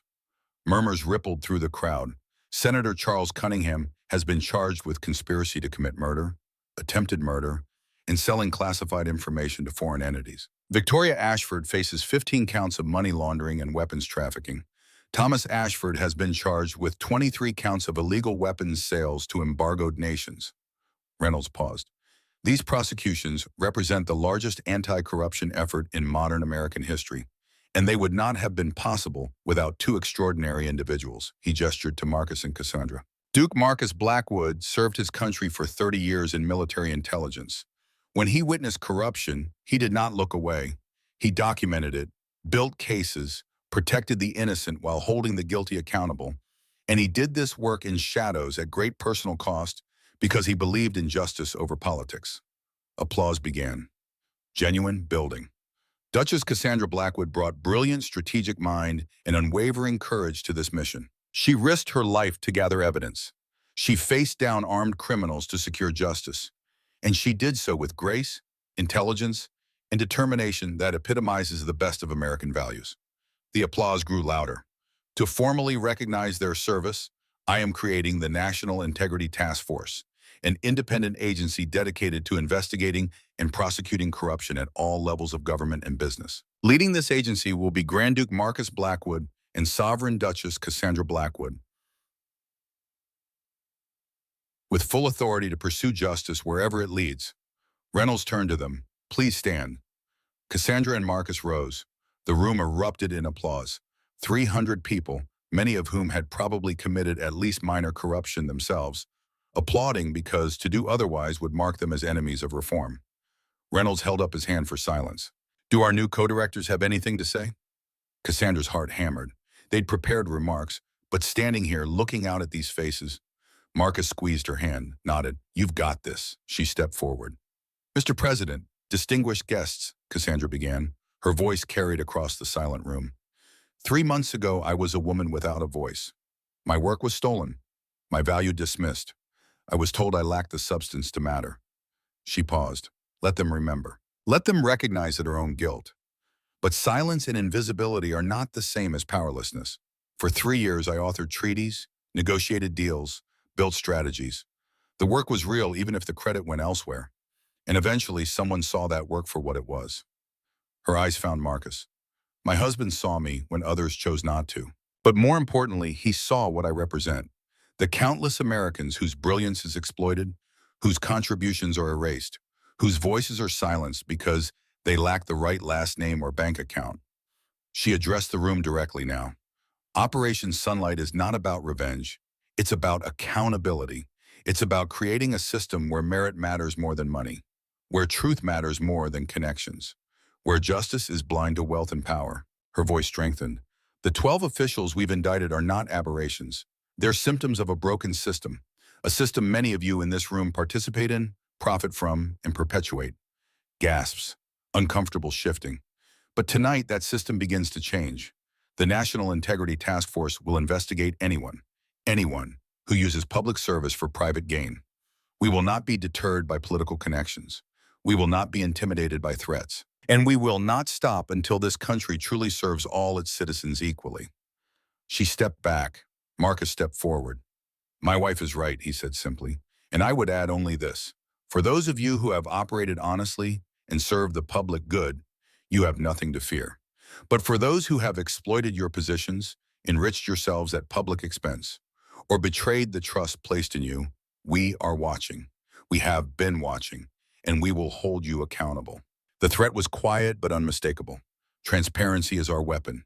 Truth is our shield, and we will use both without mercy or favoritism. He looked at Reynolds. Thank you, Mr. President, for your trust and your courage in creating this task force.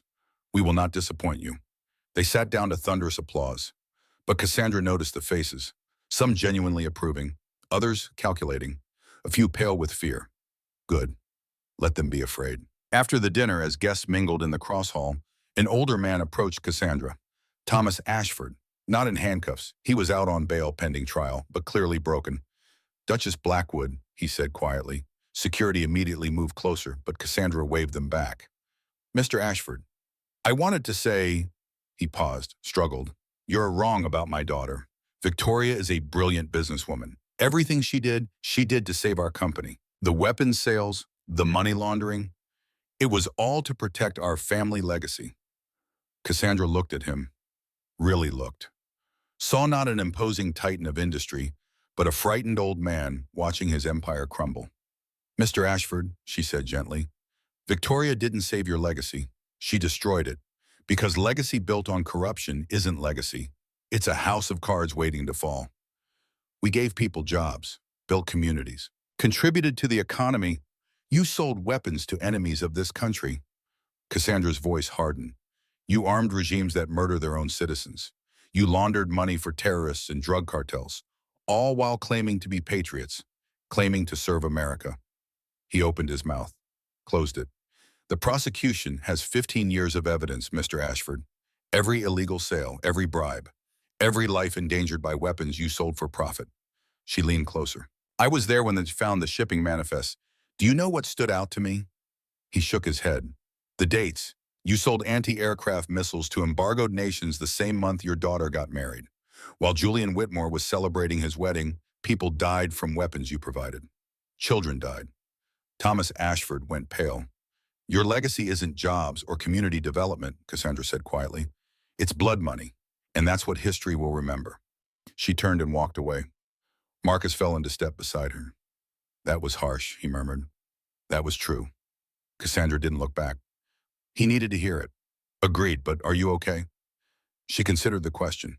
3 months ago, confronting Thomas Ashford would have terrified her. Now? I'm fine, she said, and meant it. He's just a man. Powerful once, not anymore. We took that power away, legally, correctly, completely. We did, Marcus agreed. Partners. Partners. 6 months passed in a blur of activity. The National Integrity Task Force opened offices in a converted federal building in Washington. 200 staff, investigators, lawyers, analysts, forensic accountants, all vetted personally by Marcus and Cassandra. The results were staggering. $4. $2 billion in stolen funds recovered. 247 prosecutions across government and corporate sectors. 89% conviction rate. The remaining 11% were plea deals. 16 new laws passed strengthening ethics enforcement. Public trust in government at its highest level in 40 years. Cunningham received 20 years in federal prison. Victoria got 15, Thomas Ashford, 25. Julian, having cooperated fully, received immunity, but lost everything else. The Whitmore fortune, built on fraud and deception, was seized and redistributed to victims. But the numbers didn't capture the real change. It was in the calls from whistleblowers, no longer afraid to come forward. In the corrupt officials who resigned quietly before being caught. In the young people entering public service because they believed, finally, that merit could triumph over money. It was in Cassandra's scholarship program, the Invisible Scholar Fund, which had awarded full rides to 100 first-generation college students in its first year. Students like she'd been. Brilliant but overlooked. It was in the weekly dinners at Blackwood Estate where informants and whistleblowers and reformed officials gathered. Where Mrs. Shaw presided over a table of 30, laughing and arguing and planning next moves. It was in the small moments. Marcus teaching Cassandra to shoot at the estate's range, Cassandra teaching Marcus to dance in the ballroom, both of them learning that partnership meant vulnerability, trust, and choosing each other every single day. 1 year after Operation Sunlight, Cassandra and Marcus celebrated their anniversary in the small kitchen where Marcus had first cooked breakfast for her. No staff, no formality. Just the two of them, champagne, in the meal Marcus had prepared. Roasted chicken, vegetables, bread he'd baked himself. 1 year, Cassandra mused, sipping her champagne. Feels longer. In a good way or bad way? Good, like you've always been here. Like I can't remember what life was before. Marcus smiled. I know what you mean. That first night in the library, I thought I was offering you a business arrangement. Protection, resources, a year of safety. And instead you became my everything. He pulled a small box from his pocket. I have something for you. Cassandra opened it. Inside was a leather-bound journal. She opened the cover, saw pages and pages of documents. All her original work. Treaties, strategies, analyses, everything she'd created for Julian, but with her name properly attributed. I've been collecting these for 2 years, Marcus said. Every treaty you ghost wrote, every deal you saved, all of it properly documented. Your legacy, independent of anyone else. Cassandra's eyes filled with tears. Marcus, you're not invisible anymore, Cassandra. You never should have been. This is proof for you, for history, that you were always brilliant, always valuable, always seen. She set down the journal carefully, pulled him close, kissed him with everything she felt. Love, gratitude, joy, passion. Thank you. she whispered against his lips. For seeing me, for choosing me, for being my partner. Always, Marcus said, in all things, forever. I have something for you too. Cassandra reached into her bag, pulled out a framed photograph. It showed them in the war room, late at night, heads bent together over a map. Mrs. Shaw had taken it without them knowing. Below the image engraved, Partners. It's perfect, Marcus said. We'll hang it in the office, remind people what this work is really about. Partnership, Cassandra said. Equality, Marcus added. Love, they finished together. 5 years later, on a Sunday afternoon, Cassandra sat in the gardens of Blackwood Estate, reading to two children. Alexander, 3 years old, had Marcus's dark hair and serious gray eyes. He sat perfectly still, absorbing every word of the story about knights and dragons. Isabel, 18 months, had Cassandra's coloring and restless energy. She toddled around the garden chasing butterflies, occasionally coming back to pat her mother's knee before launching off again. Mama, why does the knight need a partner? Alexander asked. He has a sword. Because, Cassandra said, pulling him onto her lap, the smartest knights know that swords can't solve everything. Sometimes you need someone to strategize with, someone to watch your back, someone who makes you stronger. Like you and Papa? Exactly like me and Papa. Marcus appeared from the house, still in his work clothes. They'd both been at the task force offices that morning. There's my family, he said, scooping up Isabel as she ran to him. How are my favorite people? Alexander wants to know about partnerships, Cassandra said. Ah, the most important lesson. Marcus sat beside them, Isabel on his lap. Let me tell you a story, Alexander. About a knight who thought he could fight alone. Cassandra listened to her husband explain, in terms a 3-year-old could understand, why partnership mattered. Why asking for help was strength, not weakness. Why the best victories came when people worked together. She looked at her children, these two small people who would never be invisible, never be overlooked, because they would be raised by parents who understood the value of being seen.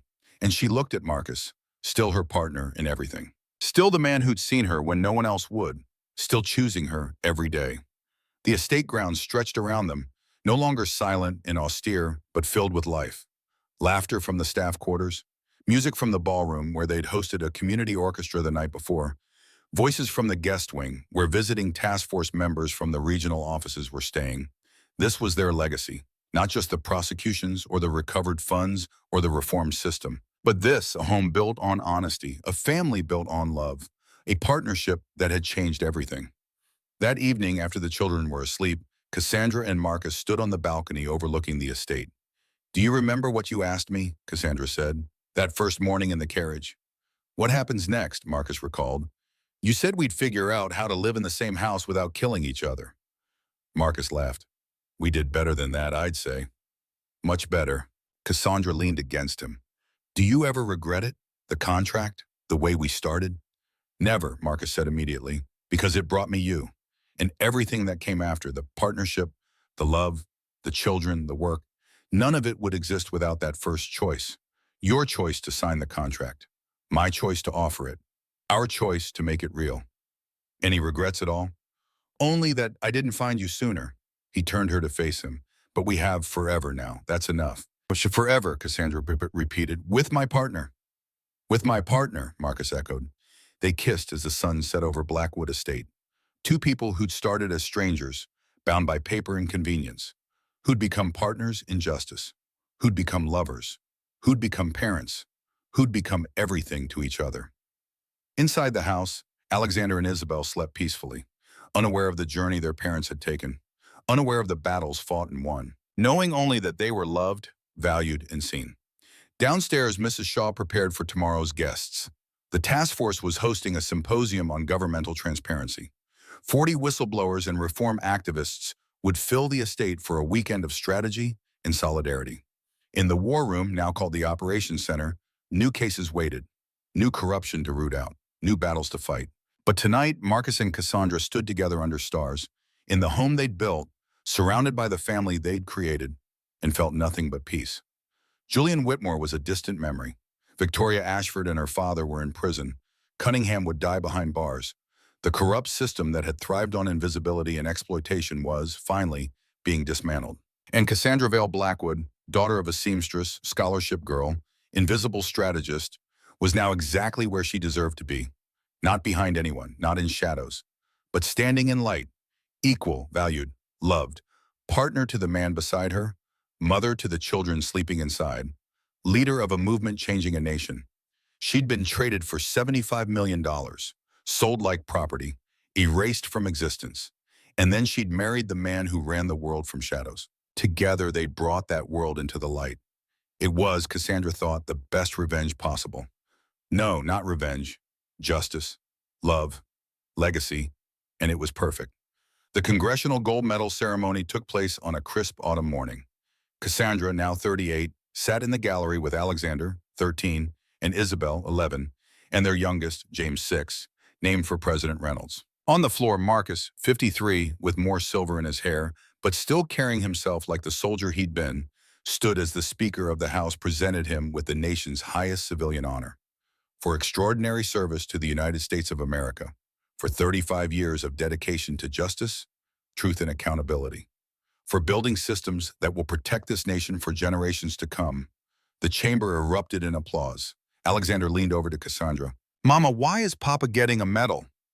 "Because," Cassandra said, watching her husband with pride swelling in her chest, "he spent his whole life fighting to make this country better. And he never gave up, even when it was hard."